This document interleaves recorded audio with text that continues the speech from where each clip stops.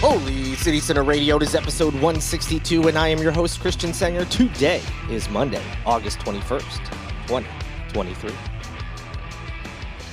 Weekend flew by, at least for me. I don't know about all you, but I hope you had a good weekend. Despite it flying by, I didn't really do much, just kind of laid low.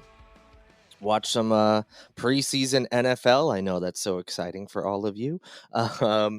Watched some movies, did some work on Holy City Center stuff, and yeah, it was pretty low key. Not much else happened, and nothing really exciting to report. So, I'm not complaining, but I hope you had a more exciting and more eventful weekend. I've got some things coming up this week, I hope. Maybe some more previews of some places that are opening. I'm possibly going to be going to some events, so I'll be sure to keep you posted on that. And that should make up for my uneventful weekend. But again, not complaining. Nothing wrong with laying low and, saving some money and just relaxing. But nothing exciting to report. So let's not waste any more time. Let's get into the latest news. This story, you've probably heard about. It came out after I recorded Friday's episode, so that's why it wasn't included.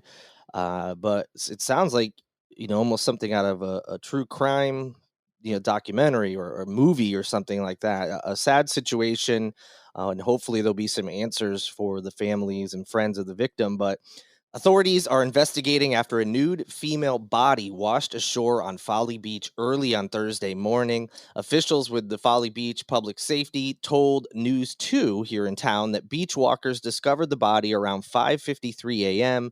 and, of course, reported it to law enforcement. The body washed up on the shore near the 300 block of Ashley Avenue. At that point, police and the Charleston County Coroner's Office responded and took possession of the body. A little bit later on Friday, the Charleston County Coroner Bobby Joe O'Neill identified the woman as 22-year-old Victoria Dickerson of Charleston. Coroner said that Dickerson's cause of death is pending an autopsy and investigation, and Folly Beach Public Safety will be that investigating agency. So, very shocking headline to see, obviously not something that happens frequently. So a lot of questions, you don't want to assume anything, but, it's hard not to think about what might have happened. And no matter what, it's such a sad story. Just 22 years old. So certainly feel for her family and hopefully they'll, get some answers. Of course, that's not going to fix the situation at all, of course, but when these horrific and horrible tragedies happen, you hope that at least family and friends could get some kind of information and people, if someone else is involved, they're held accountable. You just hope that there are some answers, so the family has one less thing that they have to suffer with. But a very sad story. I'll be sure to keep you updated. Hopefully there'll be some answers as to what exactly occurred. Another completely shocking story for different reasons. I don't even know how this happened and what these people were thinking. But 2 employees of the South Carolina Department of Social Services have been arrested after abandoning a child in their custody at a gas station earlier this year. These details are coming from the South Carolina Law Enforcement Division, also known as SLED.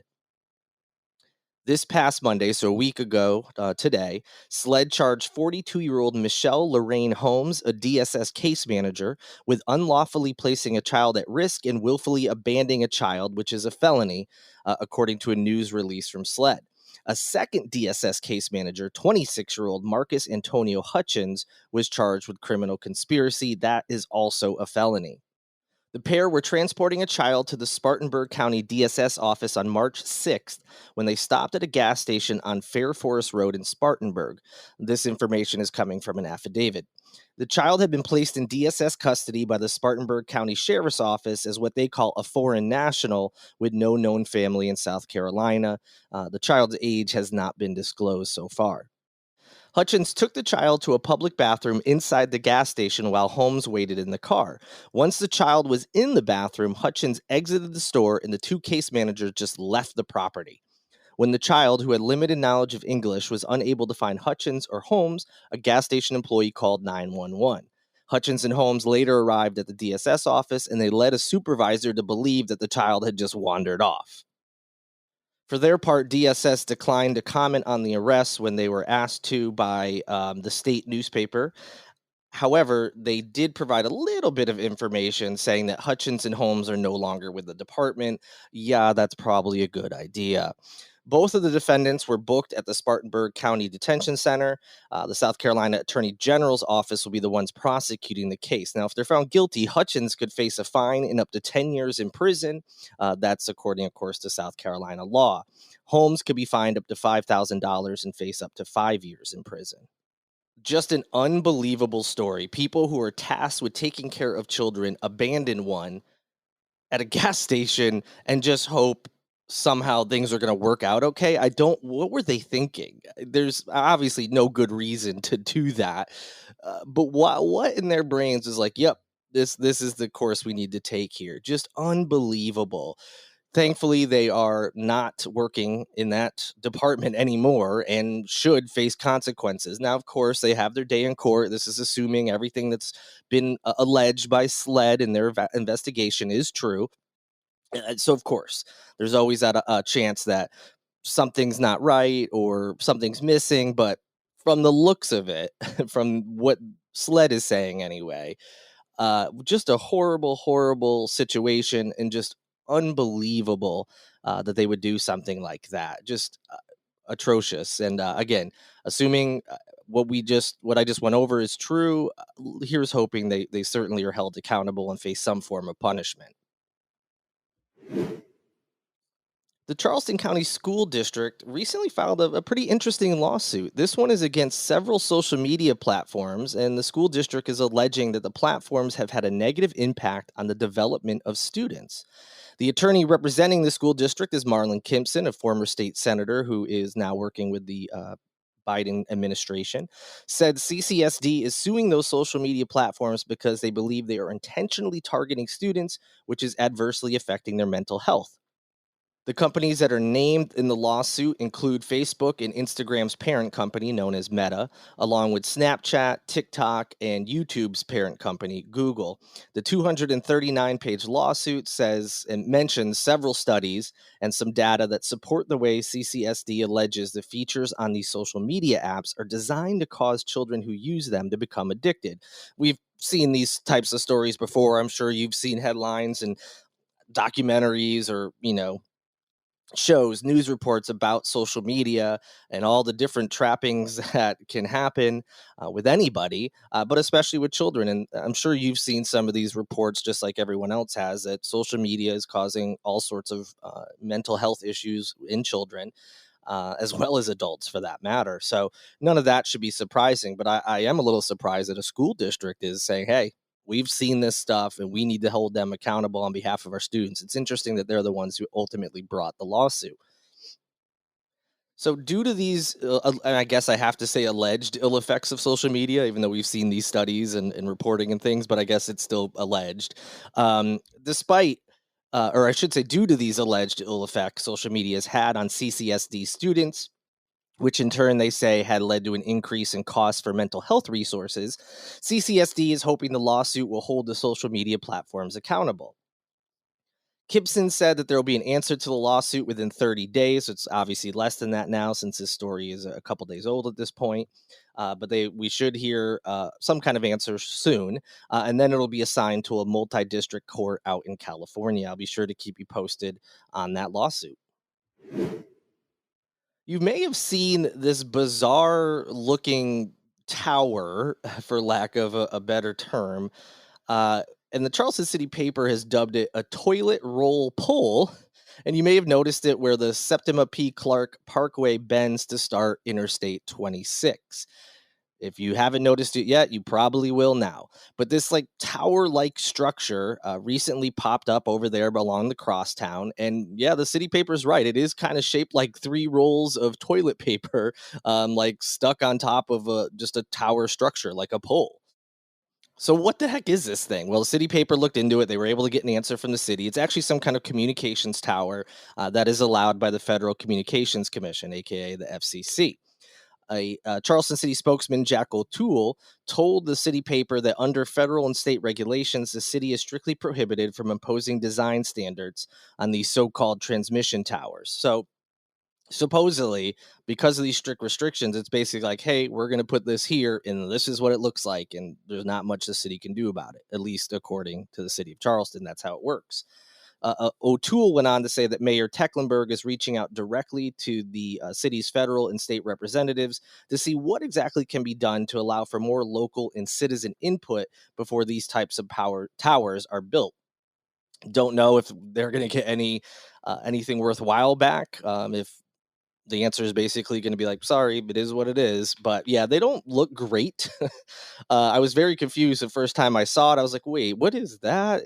Was there like a billboard on it and they just took down the billboard part? Is that what? And I just was so confused, and glad the city paper was able to figure out what these, as again, as they've dubbed them, the toilet roll poles, what exactly they are.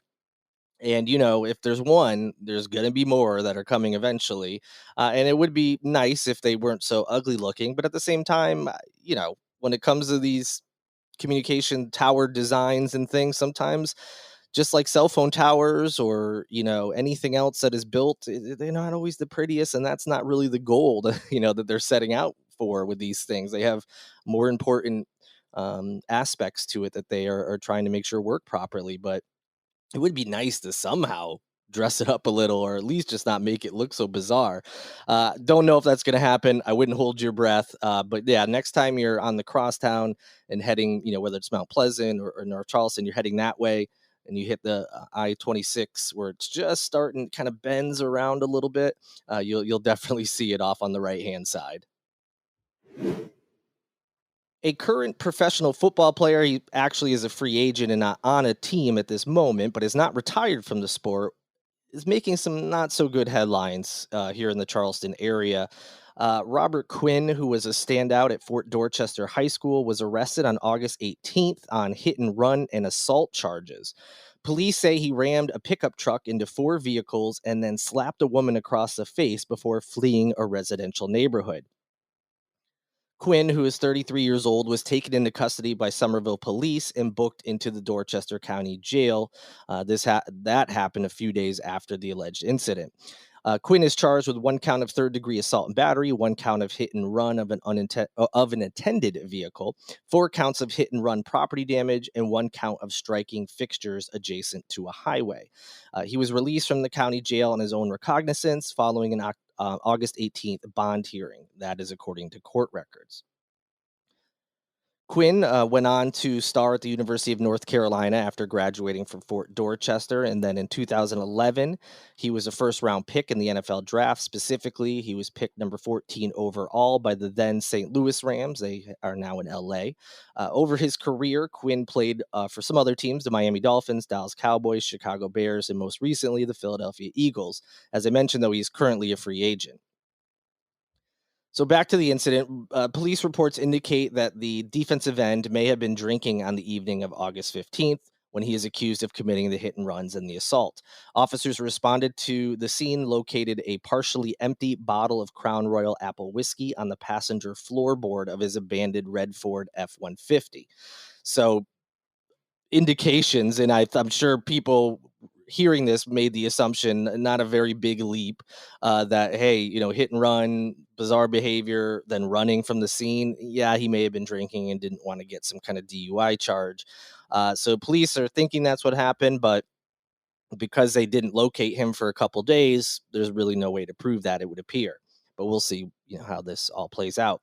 Police identified Quinn using residents' video surveillance footage and records with the South Carolina Department of Motor Vehicles. This information is coming from affidavits that supported his arrest. Police officers responded after 7 p.m. on August 15th to Brittendale Road in the Carrington Chase subdivision, located 5 damaged vehicles along the road, tire markings on a lawn, a damaged gate, and a crowd of neighbors all gathering around the scene. A woman told an officer she was sitting in her driveway when she saw a red truck hit 2 vehicles parked outside her residence. The driver, wearing blue sweatpants and a white shirt, exited the truck and offered to buy the woman a beer. He then grabbed her by the shoulders and struck her across the face with an open hand.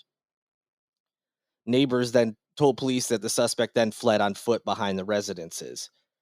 Quinn ultimately turned himself into police 3 days later. As I mentioned, he was released. As a condition of this pretrial release, he cannot have any contact with the victims. He also must receive permission to leave the state. So if an NFL team comes calling, not so sure they will, given this recent arrest, he would have to get permission to go to whatever city that team is in. If convicted, he faces a maximum prison sentence of 1 year and 5 months. He has no criminal history in South Carolina, according to SLED. So certainly a bizarre incident. Like I said, there's some assumptions you can likely make, but no proof. All of it is allegations at this point. We'll see how it all plays out. But certainly doesn't look good for Quinn. And as I mentioned, if NFL teams were thinking about, maybe bringing him onto their team on any sort of contract, they might be thinking twice now. Not only has he been in the league for over a decade and is obviously towards the end of his career, he's already playing longer than most NFL players typically do. This certainly is not going to help. And again, even if it is true, a lot of sports teams through history, including in the NFL, have no problem bringing on people with a problematic recent incident if they think that person will help them win. So again, all allegations, although it doesn't look great for Quinn, and I'll certainly keep you posted on any updates on this case. So that'll do it for the Monday edition of Holy City Center Radio. I hope you have an amazing week. Thank you so much for listening. Thank you to Tyler Boone, whose music you hear in each and every episode, as well as a big thank you to Cole Collins, who edits each episode for LMC Sound System. If you could, please subscribe to the podcast. Number one, that helps me out, but it also ensures you don't miss an episode and are not behind on the local news.